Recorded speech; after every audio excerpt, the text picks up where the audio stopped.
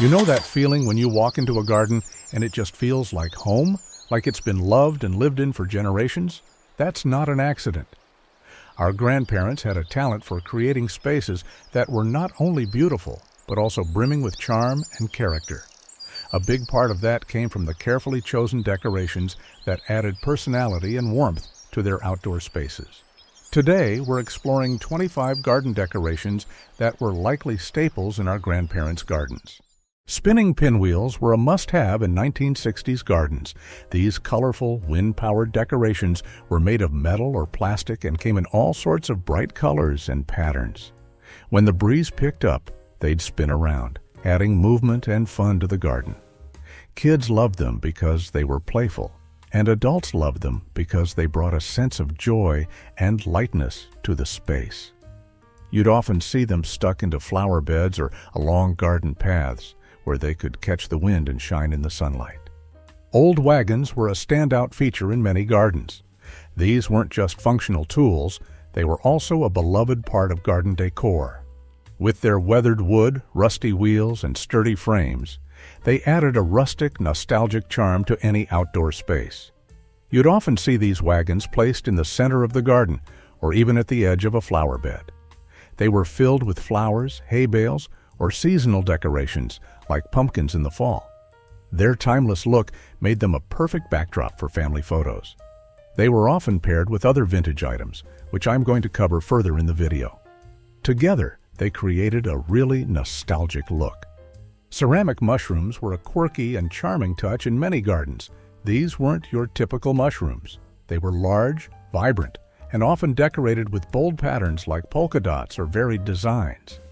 You'd often spot them nestled in flower beds or tucked into shady corners where they brought a playful, almost magical vibe to the space. They added a splash of color and a touch of joy, making gardens feel lively and inviting. Whether they were classic red with white spots or more unique designs with blue or yellow colors, ceramic mushrooms always stood out as eye-catching details. Tire swings were a classic in 1970s gardens, blending playfulness with practicality. Hung from a sturdy tree branch, they became the go-to spot for kids to play, laugh, and let their imaginations run wild. The tire, often painted in bold, cheerful colors, wasn't just a swing. It was a vibrant part of the garden's aesthetic. These swings were very common and represented simplicity and joy. Plus, watching a tire swing gently sway in the breeze evokes a sense of freedom and carefree summer days filled with endless childhood outdoor adventures. Glass bottle trees were a unique and colorful garden feature, especially popular in the South.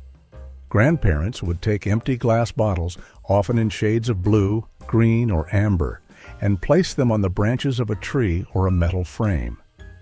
These trees weren't just pretty to look at. They were believed to ward off evil spirits. When the sunlight hit the bottles, they'd glow and create a stunning visual effect. Glass bottle trees added a touch of illusion to the garden. Plus, they were a creative way to turn old bottles into something beautiful. Lawn ornaments shaped like deer, ducks, or other animals were a signature feature of old gardens. Crafted from materials like concrete or metal and painted in realistic colors, they added a playful yet elegant touch to outdoor spaces. A pair of deer gracefully positioned near a flower bed or a group of ducks seemingly waddling by a pond brought a sense of charm and personality to the garden.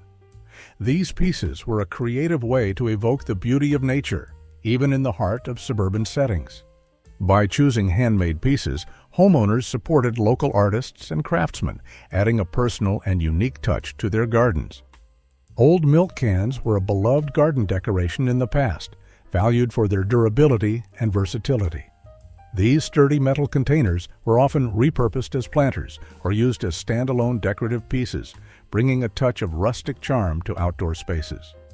Whether painted in vibrant colors or left to weather naturally, milk cans added a farmhouse-inspired aesthetic to gardens. They carried a sense of history, evoking memories of simpler times and the industrious spirit of daily life. Their practical yet stylish design made them a perfect blend of form and function, proving that even everyday objects could become timeless garden decorations. Old teacups and teapots brought a playful yet elegant touch to gardens, much like the repurposed milk cans. These vintage pieces were often transformed into planters or bird feeders, suspended from tree branches or porch eaves, adding a unique and eye-catching element to outdoor spaces. The sight of flowers spilling out of a teacup or a teapot filled with lush greenery was both charming and inventive. Just like the milk cans, these decorations highlighted the beauty of repurposing everyday items. They showcased creativity and resourcefulness, turning old, used objects into charming garden features. An old bicycle might not be the first thing that comes to mind when thinking of garden decor, but in the 1970s, it became a distinctive and charming addition. These bicycles, often painted in bold, vibrant colors, were strategically placed near entrances or along garden pathways, their baskets brimming with colorful flowers. The flowers in the basket not only added a burst of color, but also brought a sense of vitality and warmth to the garden. This creative use of bicycles showcased how another everyday object could be repurposed into unique and eye-catching decorative elements. Porch swings were a cherished feature of classical gardens and porches, offering a cozy retreat to unwind and take in the beauty of the outdoors. Typically crafted from wood or metal, these swings were often painted in bright, inviting colors and dressed with comfortable cushions or soft blankets. The gentle motion of the swing, paired with the soothing creak of its chains, created a calming atmosphere. They became a natural gathering spot for conversation, relaxation, or simply enjoying the garden's sights and sounds. More than just a piece of furniture, porch swings encouraged people to pause and appreciate life's simple joys. Love them or hate them, garden gnomes were a must-have for many grandparents. These little guys were more than just decorations. They were believed to bring good luck and protect the garden. Gnomes came in all shapes and sizes, from the classic red-hatted variety to more whimsical designs. Some even had moving parts, like a gnome fishing in a tiny pond. They were often tucked into corners or hidden among plants, waiting to surprise visitors with their cheeky grins. These gnomes were a way to inject a bit of humor and personality into the garden, reminding everyone not to take life too seriously. A garden fountain was considered the pinnacle of luxury, prized for its ability to bring both visual beauty and a sense of calmness to outdoor spaces. Gardeners cherished the soothing sounds of flowing water, which created an atmosphere of calm and relaxation. These fountains were often crafted from stone or concrete, featuring designs that ranged from understated and classic to intricate and ornate. Some stood as striking centerpieces, while others were seamlessly integrated into walls or ponds. Regardless of their form, they added an undeniable touch of elegance and serenity to any garden. The sound of trickling water was a way to mask noise from the outside world and create a peaceful oasis in the heart of the garden. Stone pathways were both practical and beautiful. Grandparents used them to guide visitors through the garden, but they also added texture and interest to the space. These pathways were often made of natural stone, arranged in patterns or laid out randomly for a more rustic look. Some even had moss or creeping plants growing between the stones, adding a sense of age and history. The pathways were a way to create flow and structure in the garden, leading the eye and the feet through the space in a deliberate and thoughtful way. Garden lanterns might not have been in every backyard, but they were certainly a beloved feature in many American gardens, especially in the early to mid-20th century. Gardeners who wanted to create a cozy, inviting atmosphere often turned to lanterns to add a warm glow to their outdoor spaces. These lanterns were typically made of metal or glass, with designs that ranged from rustic and practical to elegant and ornate. You'd often see them hanging from porch eaves, placed on garden tables, or lining pathways. Even when they weren't lit, they added a touch of charm and nostalgia to the garden. Before the convenience of hoses and sprinklers, watering cans were the essential tool for keeping gardens thriving. But for grandparents, they weren't just functional. They were also a part of the garden's charm. Vintage watering cans, often crafted from galvanized metal or copper, featured timeless designs that added a touch of elegance to outdoor spaces. They were frequently left on display, whether as working tools or decorative pieces.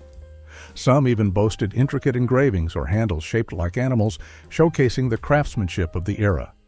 These cans were more than just practical items. They symbolized the dedication and care that went into nurturing a garden. Gazing balls were the original statement piece for gardens, combining folklore with flair. These glossy, reflective spheres were thought to protect against evil spirits and attract good fortune, but they also brought a sense of sophistication and charm to outdoor spaces. Typically displayed on pedestals or nestled among flower beds, gazing balls came in a range of colors, from timeless silver and gold to bold blues and greens. On sunny days, they captured and scattered light, creating mesmerizing reflections that added a dynamic, almost magical quality to the garden. More than just decorative, gazing balls were a creative way to experiment with light and color. They turned gardens into living, shimmering artworks, where every angle and moment of sunlight revealed something new and captivating. Trellises and arbors were both functional and decorative. Gardeners used them to support climbing plants like roses, ivy, and grapes, but they also added structure and height to the garden. You'd often see arbors placed at the entrance to the garden or along pathways, creating a sense of journey and discovery. Trellises, on the other hand, were used to divide spaces or create privacy screens. Both were usually made of wood or metal with designs that ranged from simple to ornate. These structures were a way to add vertical interest to the garden, turning it into a multidimensional space full of texture and depth. Who said that decorations can't be useful? A garden wasn't just a place for work, it was also a space for relaxation. That's why grandparents always made sure to include a bench or two tucked into a shady corner or placed beneath a tree.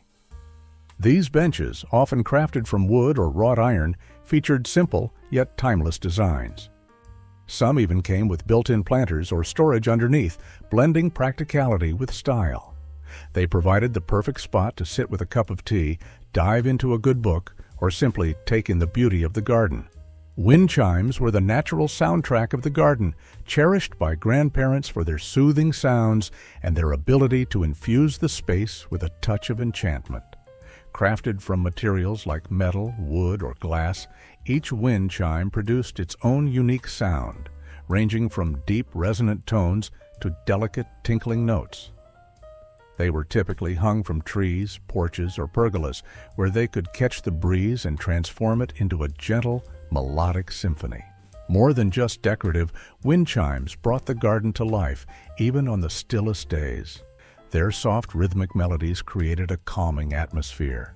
Moving on to the iconic pink flamingo, a symbol of mid-century Americana and a must-have in many grandparents' gardens. These quirky, bright pink birds weren't just decorations, they were a statement. People loved them because they were fun and a little bit cheeky. Placing a pair of pink flamingos in the garden was like adding a splash of personality and humor. They were often tucked among flowers, placed near a pond, or used to greet visitors at the entrance. Their vibrant colors stood out against the greenery, creating a playful, retro vibe that was impossible to ignore. Pink flamingos also have a rich history. They were first introduced in the 1950s and quickly became a cultural phenomenon, representing both suburban pride and a touch of creativity. Clay pots were the go-to for grandparents, and for good reason. They were affordable, durable, and perfect for growing everything from herbs to flowers. But they weren't just practical, they were also beautiful. Over time, clay pots would develop a patina, giving them a weathered, rustic look. Grandparents often arranged them in clusters, creating little vignettes throughout the garden. And if a pot broke, no problem.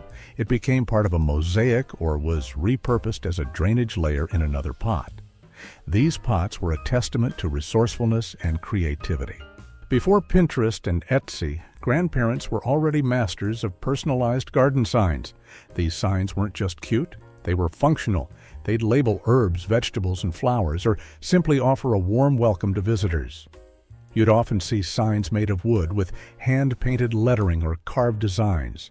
Some even had little sayings or quotes like, "Grow where you're planted," or "Welcome to our garden." They added a personal touch that made the garden feel like an extension of the home. These signs were often crafted with care, mostly by hand, and reflected the personality of the gardener. A garden gate wasn't just an entrance, it was a statement. Grandparents loved using gates to create a sense of mystery and anticipation. Walking through a beautifully crafted gate felt like stepping into another world. These gates were often made of wrought iron or wood, with intricate designs like vines, flowers, or even family initials. Some were left unpainted to weather naturally, while others were painted in soft pastels or bold colors. Either way, they added character and charm to any garden. If you're considering a garden gate, think about the vibe you want to create. A rustic wooden gate might feel cozy and inviting, while a wrought iron one could add a touch of elegance. Weathervanes were more than just decorative, they were practical. Grandparents used them to gauge wind direction, which was crucial for planting and harvesting, but they also added a touch of elegance to the garden. You'd often see weathervanes shaped like roosters, horses, or even ships. They were usually placed on top of sheds, barns, or even tall poles in the garden. The best part? They'd creak and turn with the wind, adding a sense of movement and life to the space. If you want to bring this vintage charm to your garden, look for a weathervane with a design that speaks to you. Whether it's a classic rooster or something more unique, it's sure to become a conversation starter. Let's finish with the ultimate garden staple, the bird bath. This wasn't just a decoration, it was a way to invite life into the garden. Grandparents knew that birds weren't just pretty to look at, they were also natural pest controllers. A bird bath was often placed in the center of the garden, sometimes on a pedestal, and made of stone or concrete. It wasn't just functional, it was a piece of art. Some even had intricate carvings or mosaics. And let's be honest, there's something incredibly peaceful about watching birds splash around on a sunny afternoon.